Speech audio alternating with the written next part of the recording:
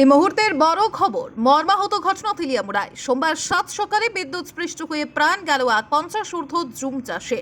ঘটনা তেলিয়ামুড়া থানাধীন বড়মুড়া পাহাড়ের চিন্দ্রাইপাড়া এলাকায়। ওনার মৃত্যুতে শোকে ছায়া গোটা এলাকায়। জানা যায়, গতকাল রাতে কালবৈশাখী ঝড়ের হওয়ার কারণে বেশ কিছু জায়গায় কিছু গাছপালা বাড়ি ঘরে পড়ে এবং বিদ্যুৎ বিভ্রাট ঘটে। তা বড়মুড়ার ওই এলাকাতেও সংগঠিত হয়েছিল। সকালবেলা বাড়িতে বিদ্যুৎ না থাকায় বাড়ির সামনে ট্রান্সফরমারের কাছে নিজে থেকে বিদ্যুৎ সরাইয়ের কাজে গেলে বিদ্যুতের ছোবলে প্রাণ যায় বলে জানা যায় পরিবারের পক্ষ থেকে।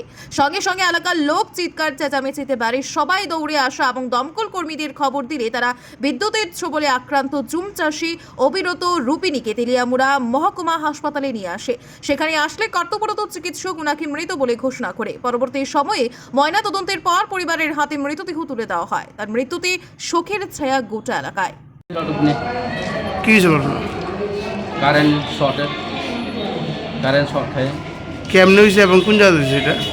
এটা তো আমরা দেখছি না, হেরা দোকান পাতে কাছাকাছি দোকান লগে কারেন্ট আসলো, ওইখানে তারা কারেন্ট ঠিক করতেছে। আমরা দেখছি না, হঠাৎ করে মানুষ চিল্লি দিছে, তারপরে আমরা গিয়ে সেটা পাইলাম মাঝে মধ্যে পয়রা রয়েছে। তারপরে এই পরে গাড়ি দিয়া লয়ে আছে হসপিটালে, ওখানে আয়া শুনলাম দেখ মারা গেছে। বড়মুড়া কোন জায়গা এটা? বড়মুড়া চিন্দ্রাইপাড়া। এই আপনার কিসের ঘরে নিতে লাগছে নাকি বাইরের কারেন্ট?